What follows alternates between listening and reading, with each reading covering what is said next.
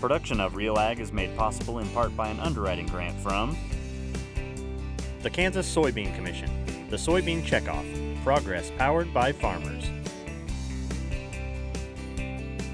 I keep reading about engineered corn, but I don't know what that means. Spring water, purified water, what's the difference? Is imported beef safe for my family?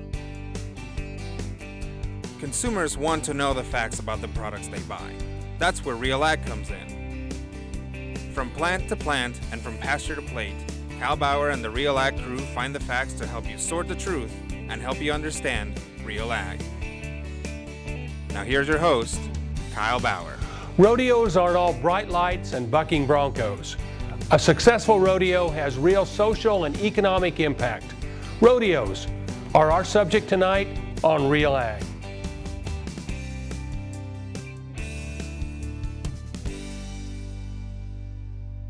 Rodeo wasn't always the exciting event that you see today. It's an institution that had a very humble beginning. Well, rodeo actually originated from the Spanish word. Spanish started meaning roundup. There's a little bit of history goes into that. Pecos, Texas, Prescott, Arizona, and Deertail, Colorado all claim to be the beginning of rodeo, and that's when they collected an admission and an entry fee. But right here at Dodge City, just south of the river, when the cattle herds were driven up here from Texas, if you study your history, there were several competitions between outfit X and outfit Y. Is our bronc rider and our roper better than yours? And that's the way rodeo actually began in the United States. You know, it's really interesting. A good friend of mine, the late Clem McSpadden, said that rodeo is the only sport in the world that was founded from an industry, and that would be the cattle industry. If you're with the committee, it's your show. If you're with as a contestant, then you would classify it as a contest. But to be successful in the world of rodeo, whether it be professional or amateur or a youth rodeo, all three things must be considered. Whether get the community involved, make it an annual affair, but make it pay out for the contestants.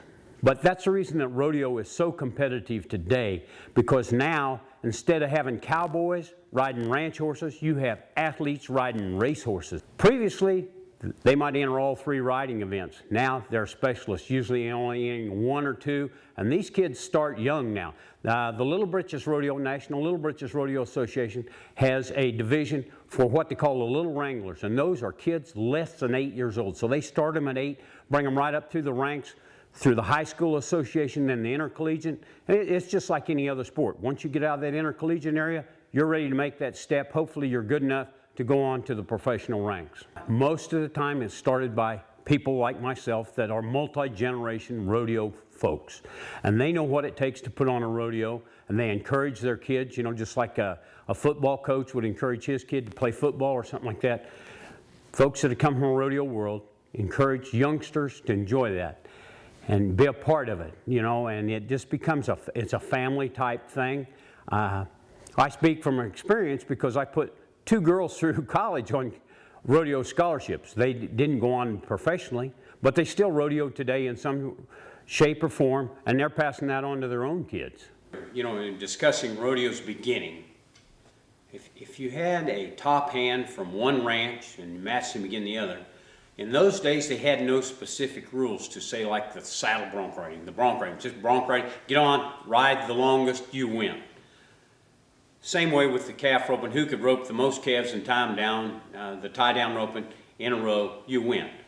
Well, when it actually became a competitive sport and you paid an entry fee and they charged an admission to the public to watch, we had to have a standard set of rules. Organization, the Turtle Association, progressed to the Rodeo Cowboys Association, and it is now what we call the Professional Rodeo Cowboys Association. That was the reason for rules, so that the cowboys all got a fair shake. The judges were all trained the same way.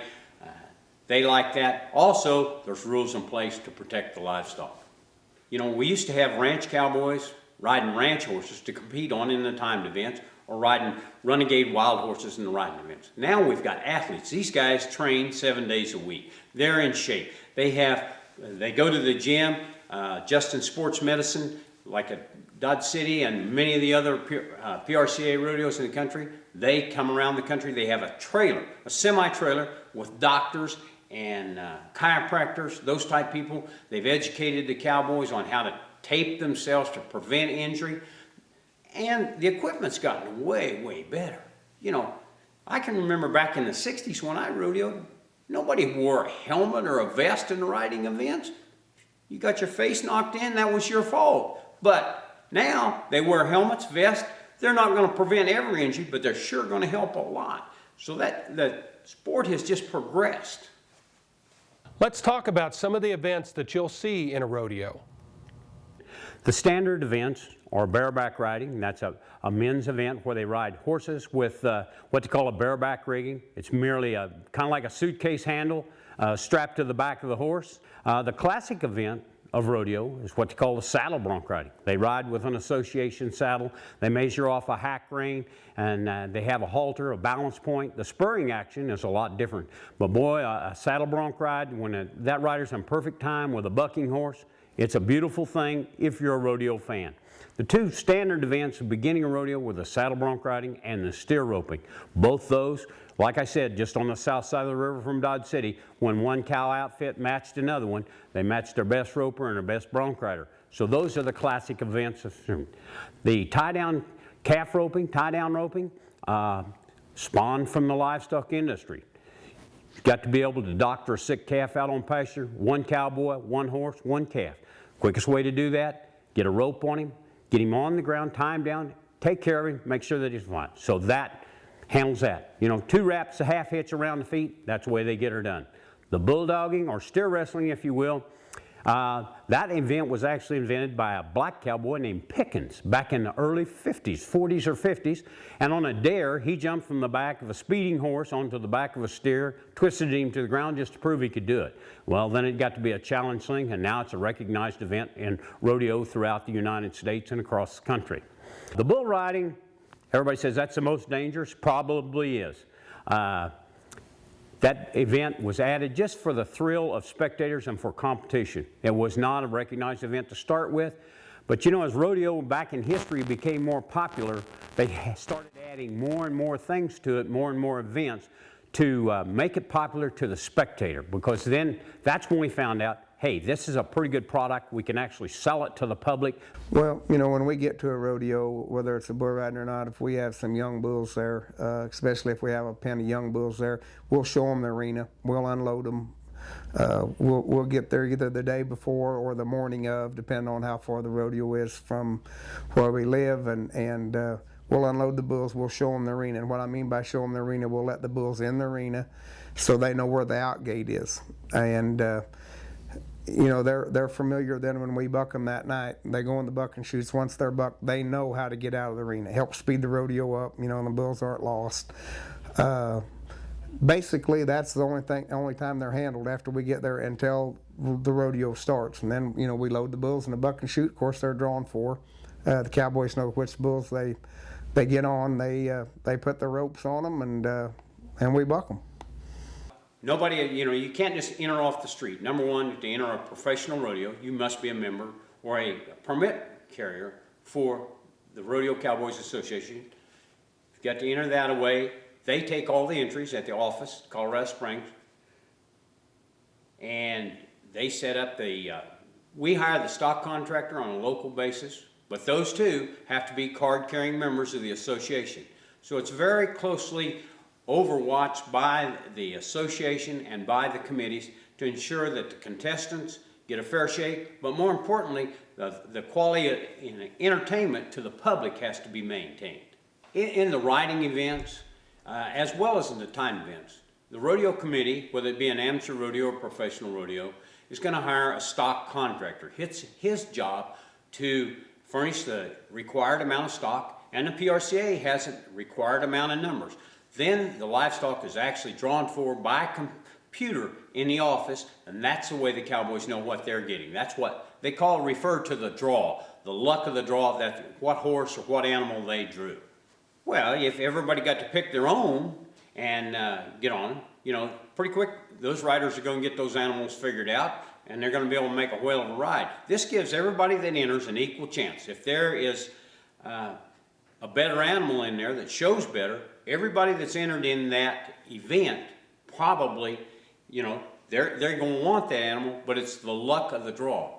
And maybe we ought to explain a little bit here about the luck of the draw being really important, is that those animals are judged from 1 to 25 points by 2 judges. So the best possible score for an animal is 50 points, okay? But those same 2 judges turn around and judge the ability and the style of the contestants from 1 to 25 points. So you see, the livestock animal bears half of the results of the score. So that's the reason the draw is so important to those contestants. Yep, unfortunately that happens occasionally. You might have a former world champion, and if he doesn't draw a good horse or a good calf, there's not much he can do with it other than give it the best effort he can, but he probably knows when he nods his head, he doesn't stand much chance of winning anything.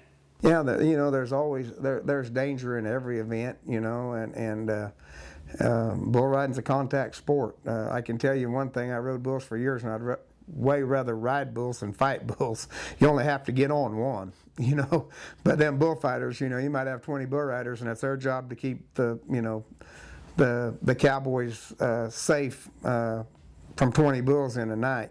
But there's always danger involved in bull riding. It's a dangerous sport, but you don't see as many injuries as you think. You know, it's a contact sport, and it's going to happen, but percentage-wise, I'd call it fairly low. Yeah, inside the arena, help, and this comes at rodeo time. You have 2 cowboys on horseback. Those are called the cowboy pickup men. Basically, during the horse riding events, it's their job to, once the 8-second ride is complete, ride in, rescue the cowboy, set him down at the ground, prevent any injury to him that they can. They also to look out for the welfare of those bucking animals. And during the timed events, it's their job to keep the arena cleared. Once an animal is competed on, get them safely to the other end of the arena. When we get to the bull riding, now we used to have the term we call rodeo clowns, and it was a combined thing. Usually they had some kind of a act that they did to fill in the dead spots in the rodeo, and then when it come time for the bull riding, here we are, we're going to protect the bull riders. Today in this specialized world, we have contract acts, and they usually work the barrel, and they are an act. That is their primarily job. But the guys that are out there to save the bull riders, we call them cowboy protectors now. So that those cowboys know when they get on, nod their head in the bull riding, that after 8 seconds, or if should they get bucked off earlier, they got to rely on that cowboy protection crew to get them out of the arena safely without harm. And sometimes you'll see those cowboy protectors actually lay down their life, jump on top of a downed cowboy to save him. That's their job. Cattle are prominent in a rodeo as well, and their most striking event is the bull riding. You know, you got to forget everything you ever learned about the beef cattle industry. You know, we also, you know, I grew up on a ranch, raising, you know, horses, quarter horses, and beef cattle, and I got interested in the bull business back when I was riding bulls in the early '70s. When I started, there was a man from Sarah, Oklahoma, by the name of Charlie Plummer that had the rankest bulls in the country, and he was raising bulls when no one else was. You know, everybody else was just going to South Texas or wherever they could find a wild, you know, Bramer cross bull and bucking him, and I was really interested in what he was doing, and I got a chance to start with some of his genetics, some heifers, when Charlie passed away back in the early '80s, and it's no different than raising a great coon dog or racehorse or anything. It's real, you know, a lot of genetics involved, a little bit trial and error. You cross certain bulls with certain females and hope to come up with that superstar. Rank is just a term for a hard bucking bull. You know, it's the term that we use to be a top end bull. A rank bull is a bull that bucks really, really hard. Conformation is just the quality of an animal. You know, it's you have different qualities. You know, it's how the animal is built, in which we breed for conformation, but it's completely different than the conformation that you'd want in a beef animal. You want a bull that's real straight barreled, you know, real sleek, real athletic built moves around the pen, has a lot of action, not flat-footed. It's not always the perfect made bull that bucks the best, but you want an athlete. I like one when I'm watching them calves when they're babies, I want one that moves around the pen like he's walking on eggs, real light-footed, real flighty. They don't have to be wild or mean to buck. They're my favorite. I want a bull that's got an attitude, that's not necessarily wild but real alert, keeps an eye on you, and we've had gentle bulls that buck, but they usually don't last as long. You got to have a little bit of attitude in them. They're set in their ways, and you just want a real sleek made bull. I don't like a real big bull. Them big bulls, they get lazy. A bull to be a 1,400-pound bull mature, and it's there's a reason that we don't have a lot of the new breeders today are trying to raise them. They think the bigger they are, the ranker they are. There's a reason you don't see 350-pound wide receivers in the NFL. The beef cattle deal, everybody's worked for years to have a gentle set of cows, easy to handle. They'll come to the bonk better. In the beef cattle industry, everybody breeds for disposition.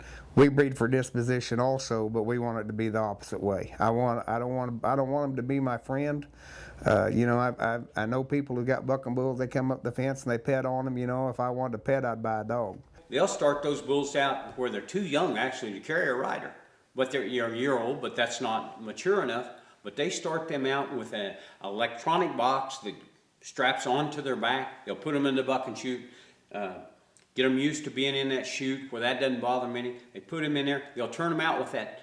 And when that bull starts to buck and makes a successful bucking move, they hit a button like a garage door opener, and the device comes off their back. Well, that's an educational thing, forms repetition to the animal. Hey, this worked. That bucked that thing off. It got it off my back. All I got to do is make that 360-degree turn and kick real hard, and it'll come off. So they train those and they raise them up, until they get to be 4 or 5, and then they put them in competition.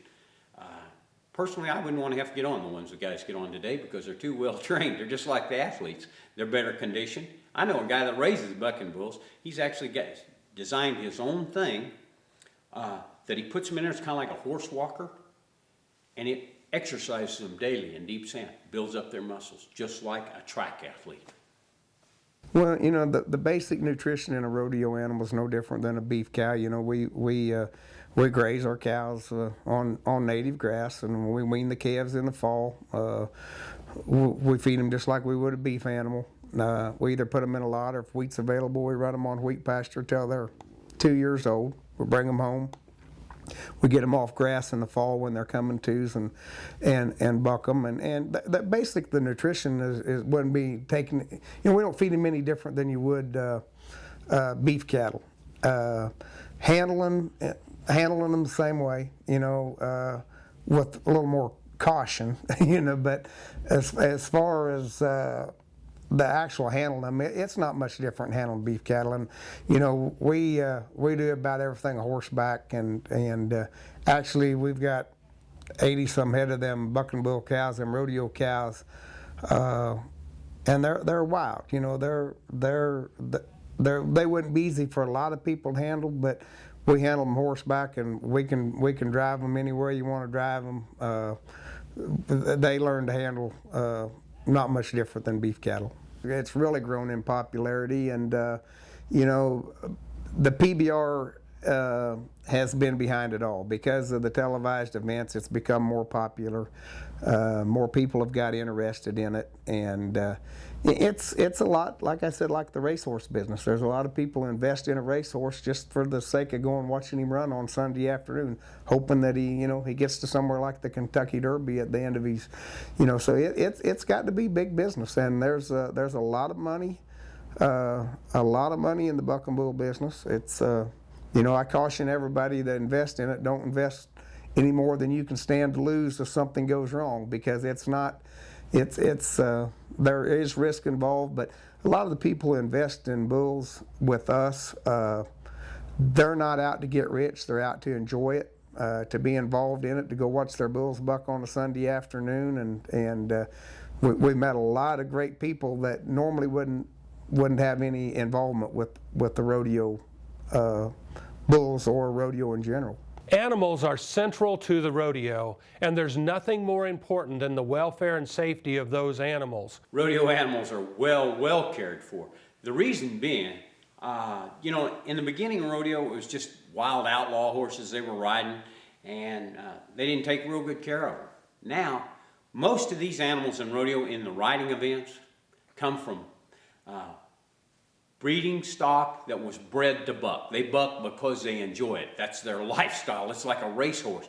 Those genetics are in there, and they cost lots and lots of money. They sell some of these bucking bulls that they're going to put out there for $100,000, $200,000. If you got an animal that you're paying anywhere from $20,000 to $100,000 for as a feature animal, you're going to take care of them. They carry insurance policies on a lot of them. Also, the PRCA has a whole chapter in their rule book governing the care of livestock.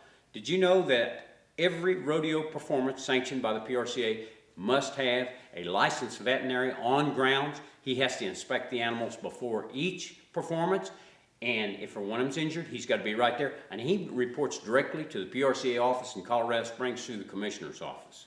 So the welfare of the animals, like I said, no animals, we can't put on a show. So we as a committee, the stock contractor, even the contestants, they do all they can to take. PRCA ensures that you can only use certain types of equipment. You can only have spurs that are so sharp.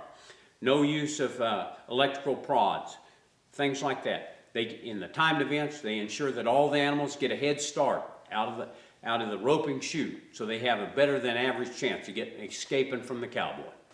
That's a big misconception about the abuse of animals in rodeo. If I ever come back to this world as anything else, I want to come back as a bucking bull or a bucking horse. They work 8 seconds a week.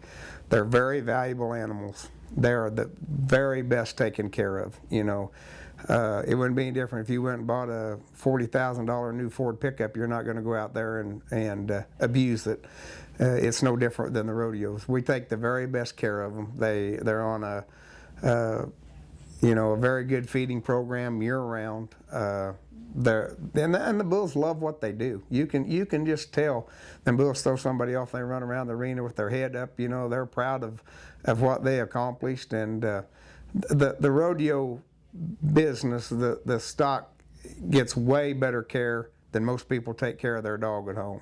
Especially when you get to the metropolitan areas, one of the biggest misconceptions I think about people that say they watch rodeo on TV or they go to witness one, they said, because in the riding events, there's what they call a flank strap around the back hips of a horse or a bull. And they said, well, that's hurting him. No, it's not hurting him. All it is, it's a sheepskin line strap that it's a tickling or an irritating effect, makes the horse or the bull kick a little bit higher. But as I said, most of these animals now today come out of a breeding program. They're born to buck. And you just got to remind them. I've seen countless bucking stock. When you run them in that chute, back behind, they're just as gentle as any farmer's bull or horse. When you run them in that chute, slip that flank strap on, they know it's time to go to work. They're ready. You know what? There's many animals, and especially in the horses, that are bucking professionally, and they'll be at the National Finals Rodeo this week, that are over 20 years old. Because the stock contractors take really good care of them. They feed them, they get their teeth done, they vaccinate them. And those horses, maybe they buck them 5 times a year on the feature horses. 5 times a year, 8 seconds work for 5 times, pretty good life. Beats the tar out of pulling a plow like they used to. Rodeo doesn't just have an economic impact on the participants, but everyone tied to the rodeo in the community stands to benefit as well. We have about 700 professional contestants enter every year. They all pay an entry fee depending on what event, how many head they get in the rodeo, from somewhere between $350 and $500 per contestant to enter the rodeo. We turn around and put a considerable amount of added money with that, and this rodeo pays off right at $300,000 annually back to the contestants. I don't care what community you go to, economic impact of rodeo brings people to town. People spend money when they're in town. They buy gasoline, they eat in the restaurants, they stay in the motels. The event here in Dodge City Days, is centered around the rodeo, but it's a 10-day Western festival. It's the biggest one between Wichita and Denver, and it happens in August. In the heat, doesn't make any difference. You know, you have 7,000 people a night go to the rodeo here for 5 nights. That's what kind of a show it is. But those people come from out of town. They come here to our community to spend money, to enjoy themselves. It's our job as a rodeo committee to give them the entertainment, and it's the job of the community then to be their host. The things that happen at that rodeo arena or at the other events in town could not take place without the support of the entire community and especially the businessmen. Believe it or not, Rodeo and Dodge City Days week in Dodge City generates more money to the community than even Christmas shopping. It's a big, big industry. The rodeo committee's budget is very, very large, bigger than most businesses in the area by the time they pay for the stock contractor, the promotion, everything like that. A lot of them are family operations, you know, sometimes up to 3 generations, because that's what they've always done, that's what they enjoy. Hate to say it, but a lot of them, that's the only thing they know. That's how their folks made a living, that's how they're gonna make a living, because they enjoy it. But they have taken and adapted to computers, new technology, and they make it all work. The whole sport has progressed immensely.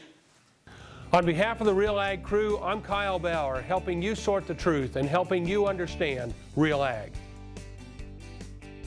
Production of Real Ag is made possible in part by an underwriting grant from the Kansas Soybean Commission, the Soybean Checkoff, progress powered by farmers.